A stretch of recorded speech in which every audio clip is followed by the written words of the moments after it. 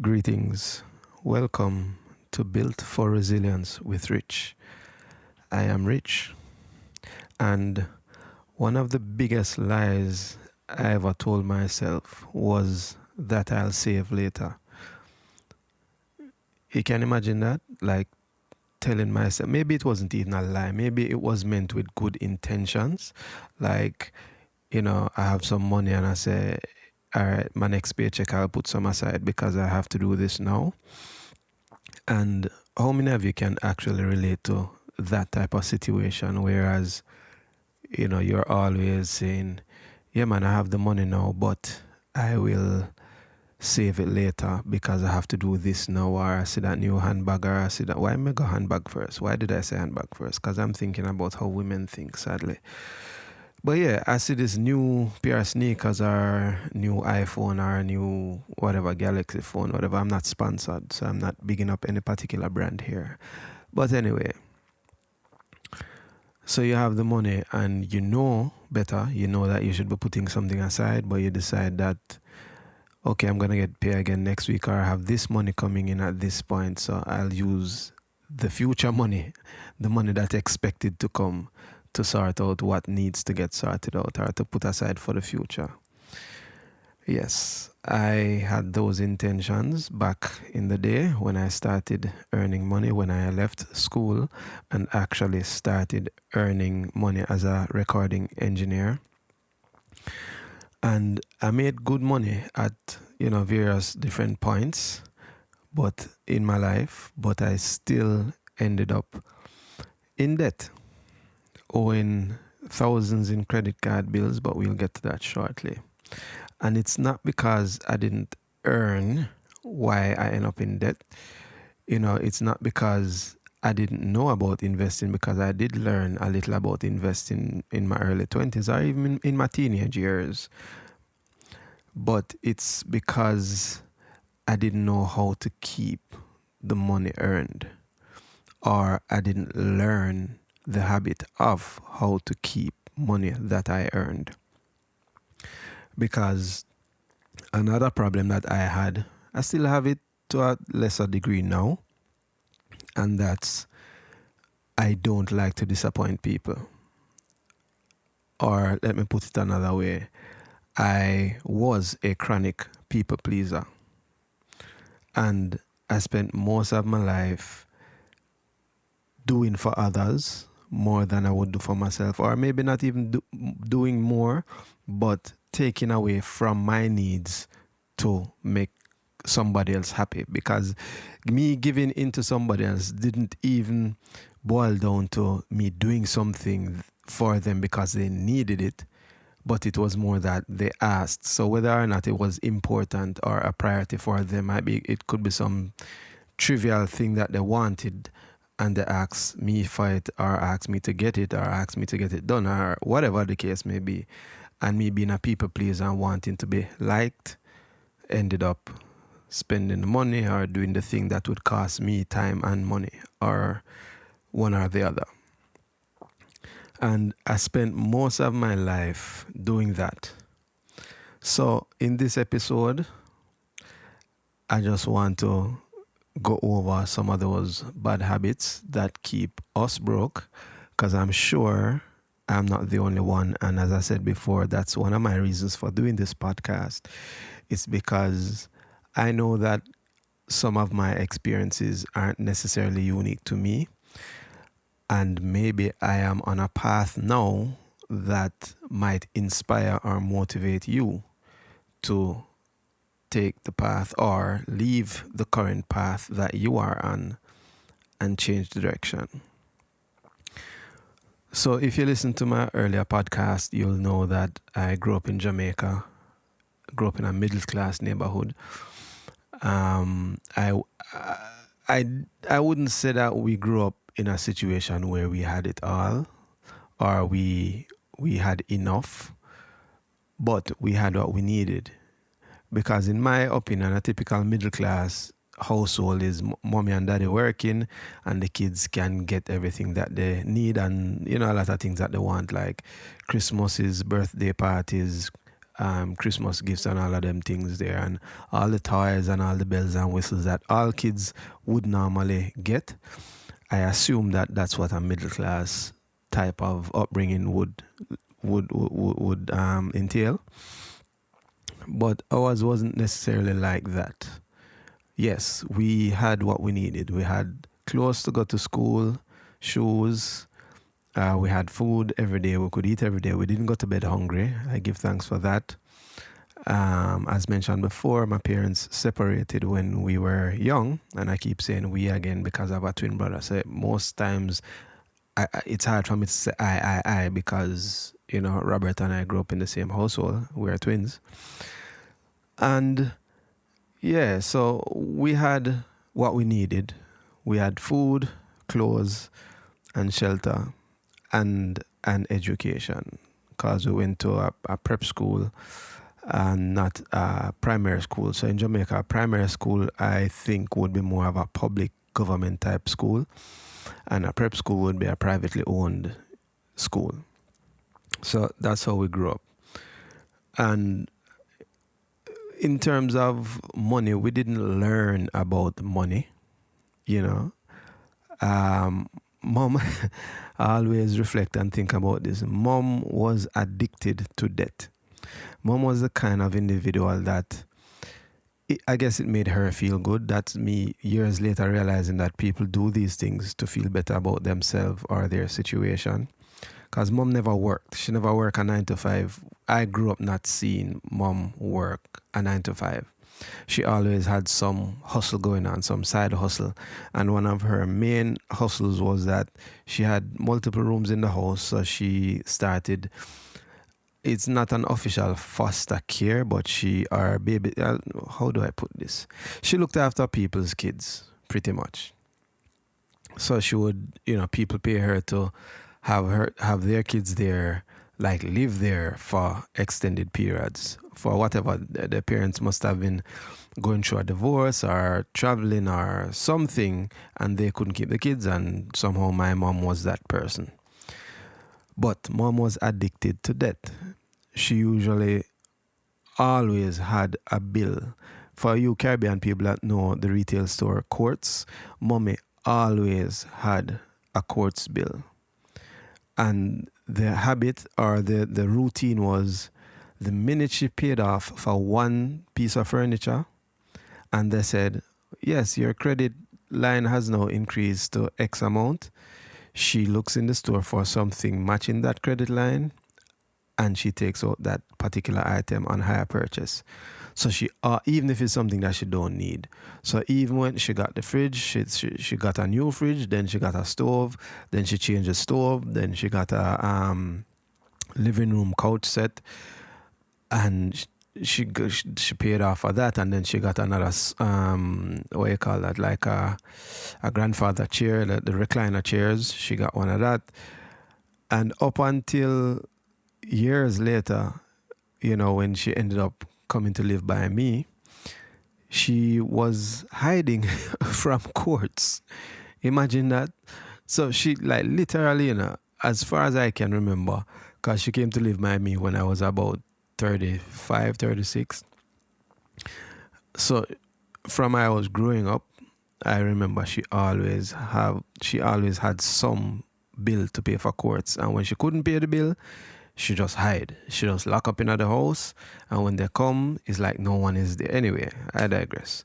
So that was mom, right?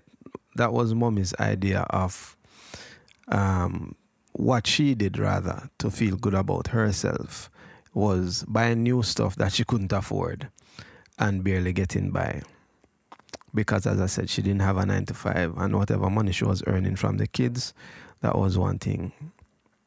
So, and anybody knows about utilities in Jamaica, the light bill is like the power company. Yeah, that's no joke. And now dad used to pay, I'm gonna say child support, but they didn't have to go to court for that. So when they got divorced, they agreed on a particular amount, and dad would, bring that money every week so mommy could buy groceries and whatever and pay some of the bills if possible. But Dad was touring. He was a touring musician. So at times, he would go on tour and come back and bring back clothes and stuff and one and two toys and stuff for us. But when we got older now, like Dad started talking about, like when I left high school and I started looking at whether or not I'm going to buy a house or a car or whatever. Sometimes conversations would come up with Dad about investing, and he would, vaguely mention stuff like, putting away some money and it earning 10%, and, that 10% can grow. But him saying it, like just in a passing conversation, isn't the same as someone teaching you or instilling it in you, or you learning from their experience. In other words, if I'm growing up in a household seeing my mother addicted to debt, addicted to paying bills just because, and no money saved, and everything seemed to be a struggle. Oh, we can't buy that because we can't afford it. That's the narrative. Oh, you can't get a simple thing like strawberries and grapes. We couldn't necessarily buy those fruits because, oh, those are expensive. We can't buy those. So you have to stick with the regular orange and banana. Or we had mango trees, thank God, mango trees in the yard, so we could eat mangoes. But if you want the foreign fruit, the expensive stuff, you can't get that, the strawberries and the grapes, right? So that was the narrative. We can't afford this, we can't afford that. And then now, Dad wasn't living like he was saving and he was rolling, so it's almost like we grew up seeing our parents struggle and just barely making ends meet, and that's a narrative. So there was nobody in our immediate circle that we could look up to say, hey, look how that person is living, look how that person is progressing, and try to take that as some kind of a template to live our lives and build wealth and grow. So, as them say, you live and you learn, or you learn what you live what you learn. Sorry. So that's pretty much it in terms of where investing or the concept of why I may have heard about investing, but wasn't really introduced to how to start and what to do, put aside X amount of your paycheck. So when I started working, my default habit was to spend all my money. So I used to get paid every Friday. This was when I started working at the studio. I used to get paid every Friday. And I get paid on Friday, and I'll spend off all the money by the following Thursday because I know that next week I'm getting paid again. And I did that for, as that was just the default way of doing stuff. And another thing I'm slightly embarrassed to mention, but I'm gonna say it anyway, is that another way I spent my money, or what contributed to me spending off my money every weekend, is that every weekend I get paid, I'm going to a hotel with my girl, because them time, I couldn't bring my girl come to my house for sleepover and all of these things. And you are, how old was I? About 19, 18, 19, thereabout. You can't bring nobody come to my house to come go on with nothing. So you have to do those things outside of the house. So yeah, every weekend that was my thing. Spend enough money going to a hotel with my girl and continuing that cycle.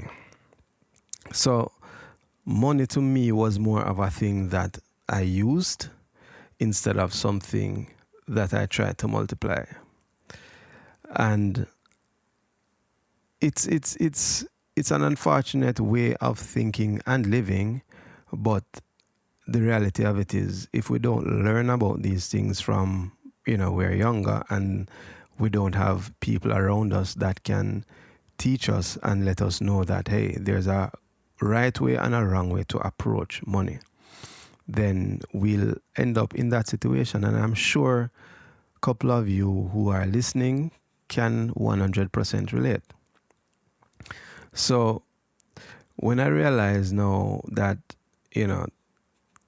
years, as I say, years, because even when I started touring, it now became a thing that, oh crap, this type of a job, this type of a career is seasonal, right? So I'll tour heavily in the summer, and then the winter months dry. Like, but again, when you're touring or making beats in my case, and you're making a ton load of cash, it's almost like, wow, this money is just coming in. So as it coming in, so I'm buying this, I'm buying that, I'm doing this, I'm doing that, and not thinking about, you know, what happens in 10 years if this should stop. At age 21, 22, or 23, up until 25, nobody, well, I wasn't really thinking about this income will stop at some point, because I grew up seeing my uncles and my dad touring and my uncles producing music, not knowing or not asking what their financial situation is or how they hold on to money or how they keep money. But I'm just looking at it like, yeah, they're popular, they're famous, and people recognize them and they're always working. So the assumption is that money is always good and money is always flowing. And I realize later that keeping money, having a surplus of cash flow, can lead to freedom, enjoyment, reward, and status. And that's after clearly, having some money and seeing how what you can acquire with money can put you in a particular standard or hierarchy or however you want to look at it. But then the question is, how do you keep that status? Because I remember having my first car was a Suzuki Swift.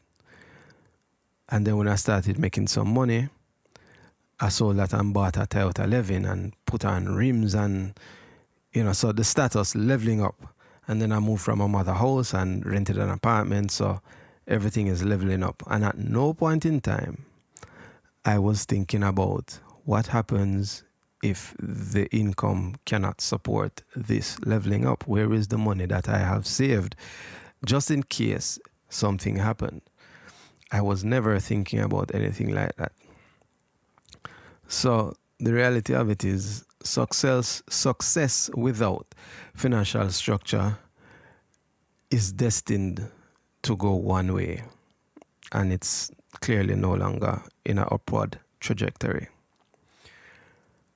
And while making music, doing productions, licensing songs and all these things, I felt like, as a young man, I am there. I have things in life. And one of the first things, even before I bought a car to ride it, check this out, right? I was just the engineer and just started producing, it might be a year or two. And I got my first licensing money. So I licensed a song to a label and I got that check.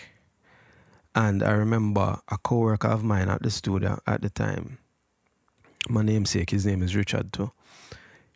He rode a motorcycle, a bike.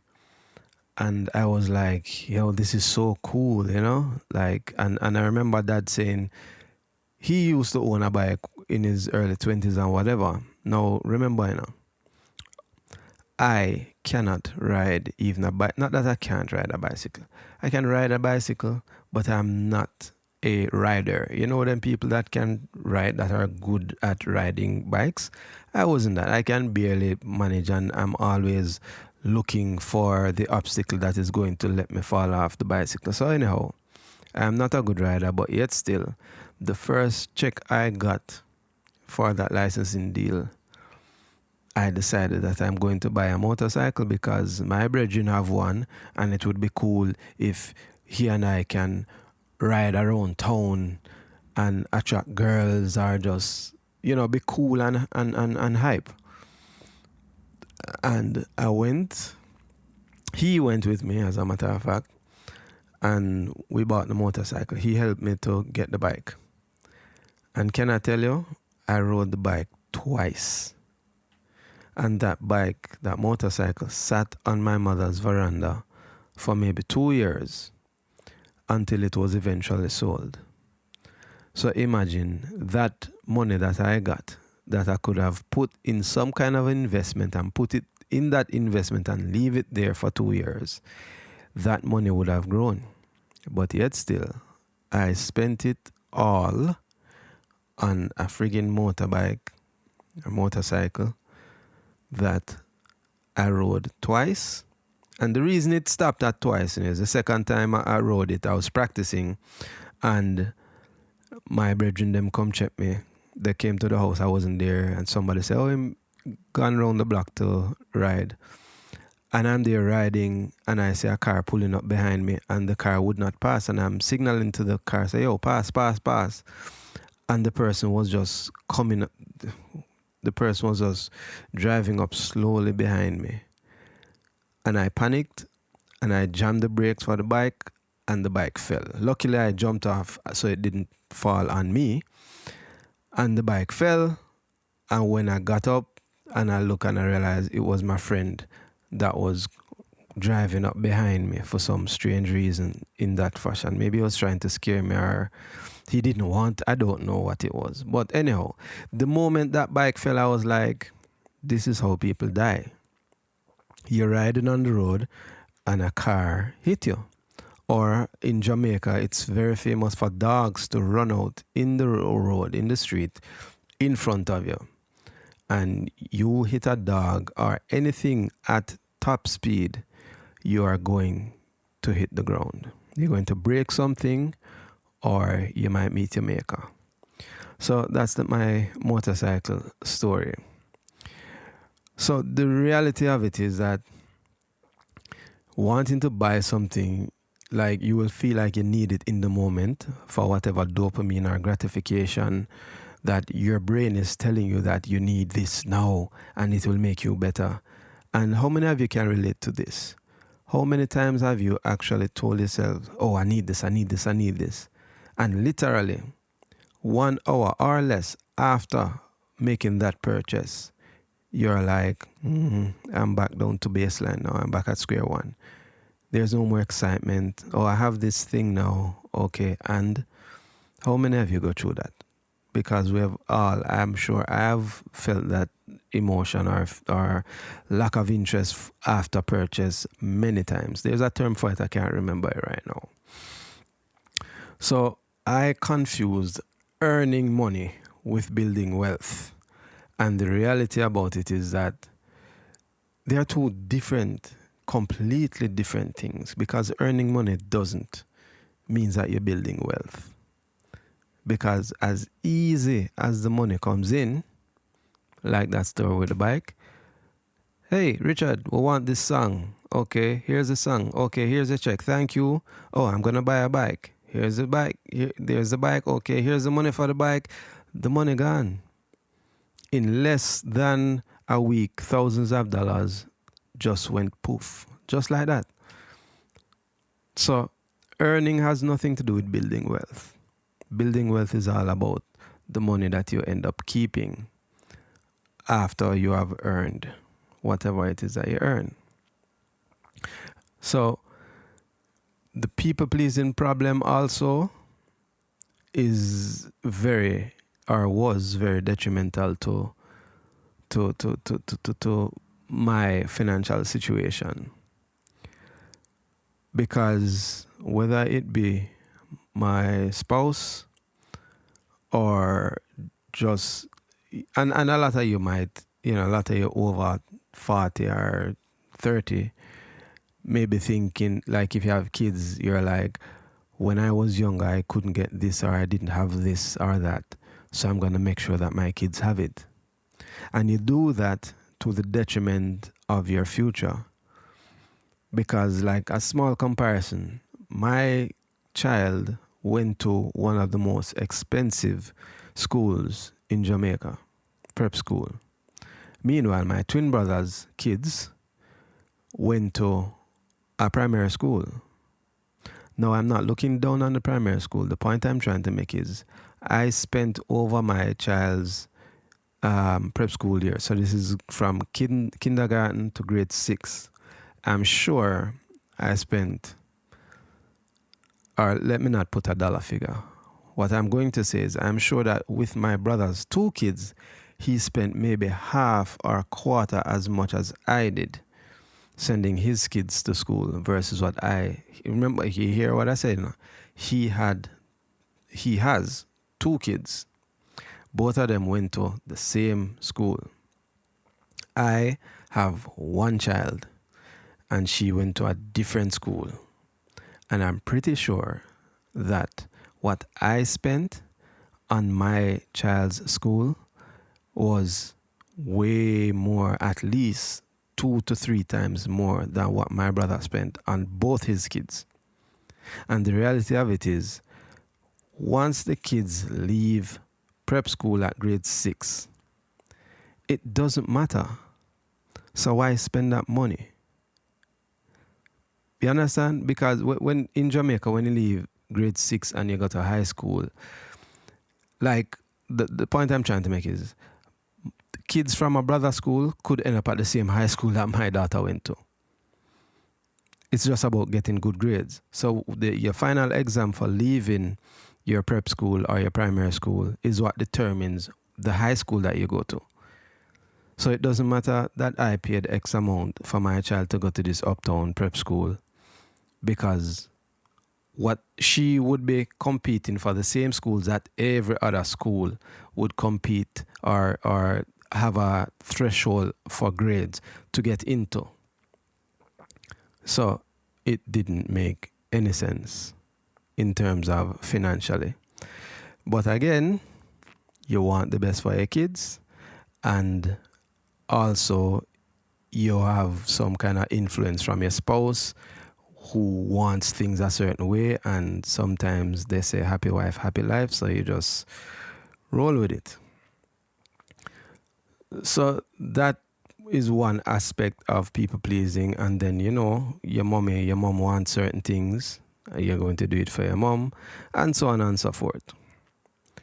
But at the end of the day, it's not that making money is hard, because making money can be easy. And it's not that a lot of us are lazy. So being lazy isn't why you're not making money. Again, it boils down to how do you hold on to or keep the money that you have earned. Because one of the harsh realities of life is, the older, and Daddy used to say this to us, the older you get, the harder it is to earn.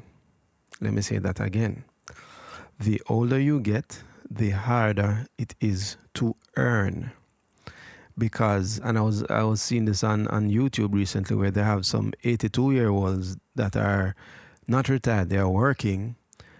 And they said when you're applying for a job, you're applying for a 9 to 5.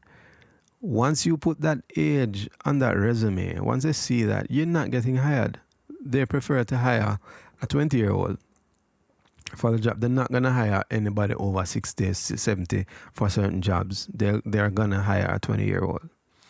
So the older you get, the harder it is to earn.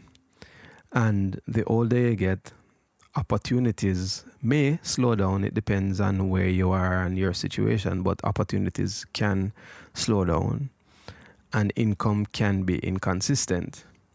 And leaving from your 20s, 25-ish, going up, the older you get, the more responsibilities you acquire, whether it be a spouse or children, or you buy a house or whatever. Your responsibilities get more. You start a business, you are responsible for all those things. And then the older you get also is sometimes your parents become your responsibility, because at some point they may need your care. They may need for you to help to take care of them.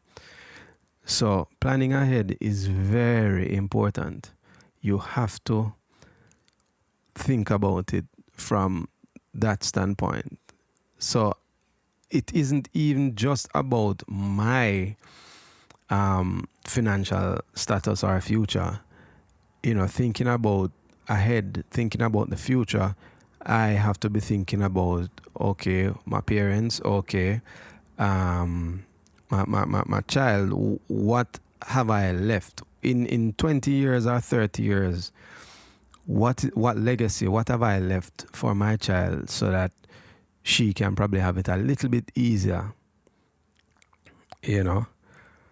And outside of that, we need nest eggs, we need emergency fund, and the business that I was in, or my career choice of being a musician or a freelancer, there is no real pension in that. So think about that. There is no real pension. Like you go work for 15 years at a 9 to 5 and they lock in your pension or whatever. And you can have your 401k or your Roth IRA and all of these investment plans that your job gives you. There is none. Your job, your 9 to 5 job also affords you insurance, health insurance in America, health insurance. Being an independent, you have to pay for those things out of pocket. So having no emergency fund mindset, no pension in mind, and none of those things is like you have to plan ahead because life is coming at you, whether you like it or not.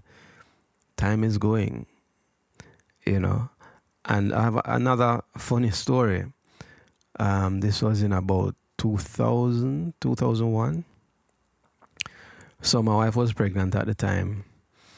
And I had the car, the Toyota car. It's a 2-door car, very sporty type of car. And I was like, okay, child coming on the way now, family man, family type of thing. I need a 4-door sedan. Now, by this time, I had saved up a little over $1 million. And I say save loosely because money was coming in quicker than I could spend it. So I wasn't actively thinking, oh, let me put this aside, let me put this aside. No, I was touring and making beats and earning, and I was just collecting the money, putting it in a bank account. So I wasn't actively saying, okay, this go and pay the bills and this goes there, that go there. No structuring of where the money goes or how it is kept in the bank. I just had an account. When I get paid, this money goes in that account just because. And I had a little over $1 million Jamaican dollars in the account at the time.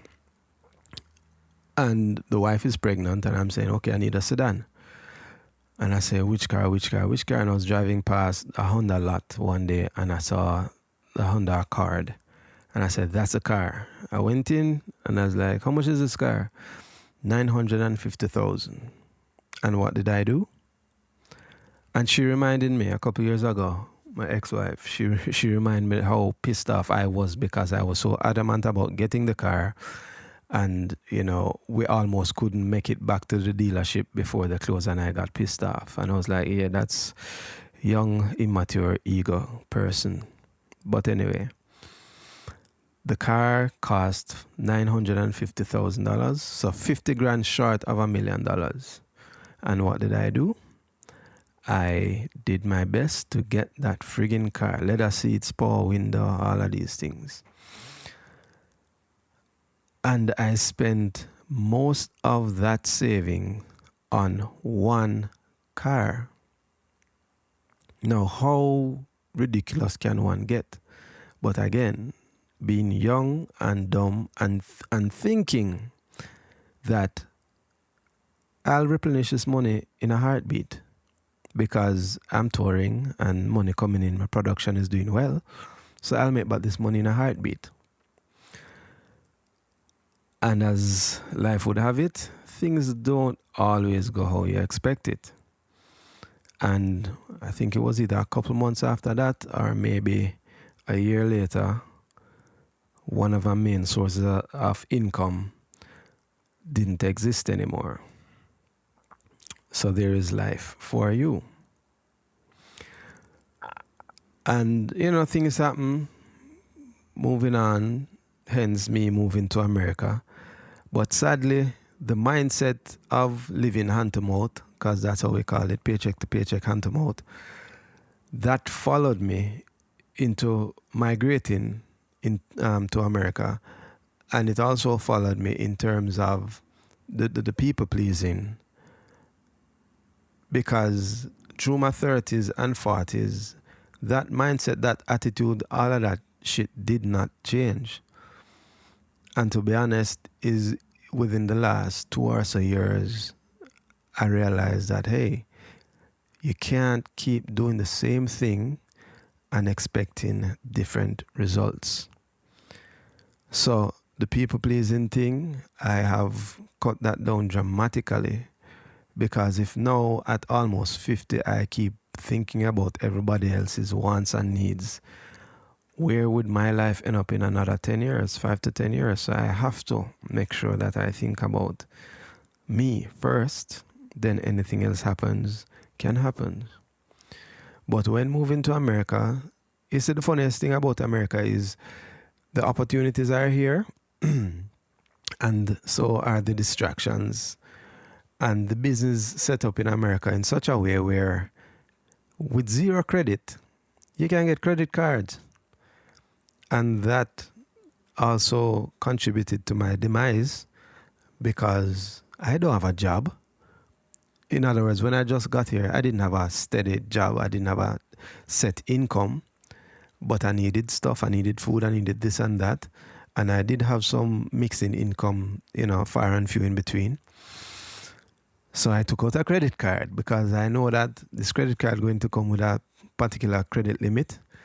And I hope that, by the time I spend X amount on the credit card, I'll be able to pay it back with whatever money came in.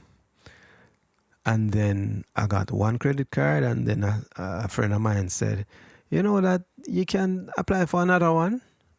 And she convinced me, and I applied for two, and I got it. And then I got a store card. And again, America just gives you the rope, as we Jamaicans like to say, give you the rope that hangs you. Them feed you the rope, and you take it till you hang yourself. And now I am thousands of dollars in credit card debt. And I'm also, a lot of people think car payments are necessary. It's only necessary if you want to floss, or if you want to live above your means, because you can, save a 5 or 6 grand or 8 grand and buy a car cash. You don't need a car payment, because cars are depreciating assets. It's not even assets. From you drive a car off the lot, it depreciates 20%. So if you don't understand what I'm saying, if you buy a car today for $20,000, the minute you drive off that lot, if you drive off the lot today and tomorrow you decide, say, I don't want this car, I'm going to sell it, the resale value is $16,000. You lose $4,000 the minute you drive that car off the lot. And that's just the reality about cars. So one, I'm no financial expert, clearly from my story you can hear.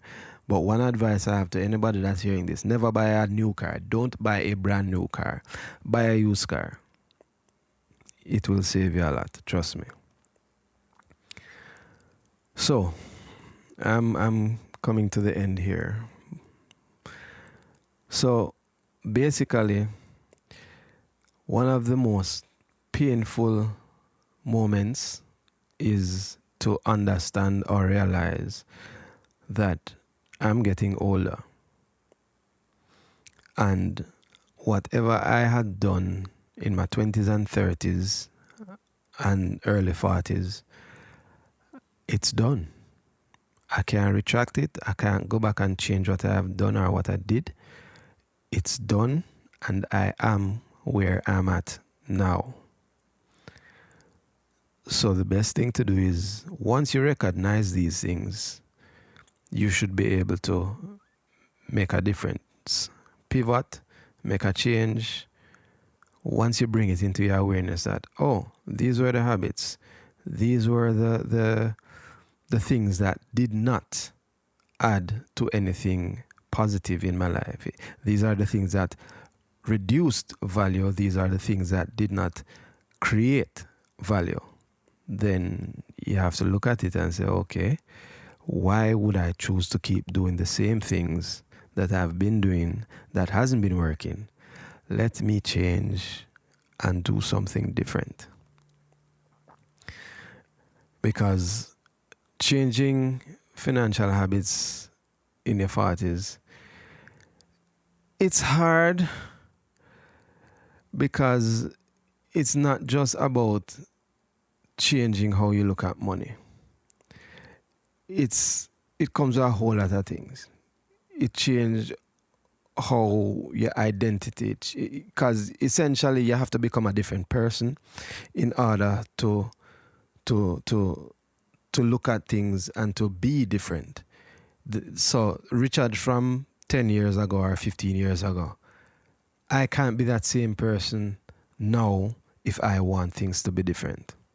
So it comes with changing of my survival patterns, my survival instincts, my emotions, my thought process. Everything has to change. And as mentioned over and over, I am still not perfect. I don't try to paint a picture like I have it all covered and I have it all together. I am still paying off debt. I'm still learning as I go along. I'm still fighting old habits. And at 49 years old, it's a work in progress. But the beautiful thing about it is that every day spent above ground is a day to be thankful for. And you can always, well, I can always look forward to making a change or doing something different because I am now seeing things differently. You know, I used to think that making money was the hard part. And as I said, keeping it is much harder than earning it. And nobody teaches you that poor financial habits can hide behind generosity. Like in my case, I would have, 20 grand Jamaican dollars, 20 grand, and somebody would ask me to do something for them that costs 15, and I just say, okay, because I'm thinking, yeah, I have 20 grand, I can do whatever for you, and then I'll have 5 left back, and then I'll figure out the rest. And it doesn't matter how talented you are, or in my case, how talented or respected or how hardworking I am, it still doesn't help if I have bad financial habits. If I don't protect my future, eventually I am going to be in that future wondering what the hell happened. The good thing is awareness, knowing what is happening and knowing what has happened so that you can turn the dial in the direction where you want it to go. And this journey for me clearly isn't about becoming rich overnight. It's basically about becoming stable, becoming disciplined, and becoming free. And I'll mention this in another podcast, but the discipline part of it is quite interesting now that I'm on this fitness journey. It's amazing what you can do when you shift your identity to being something that you never thought in a million years that you would become that person. But again, here I am. And in closing, if you see yourself or any part of my story resonates with you, You can start now, man. Start today. Just one small change can make a huge difference. You ever hear about the butterfly effect? You make one, I'm not going to explain the butterfly effect, but the point I'm trying to make is this. The point I'm trying to make is this. You can make one little change in your life and it snowballs into a huge difference. A year, 2 years, 3 years down the line. So keep that in mind and remember, this is Built for Resilience with Rich. My journey continues. Thank you for listening.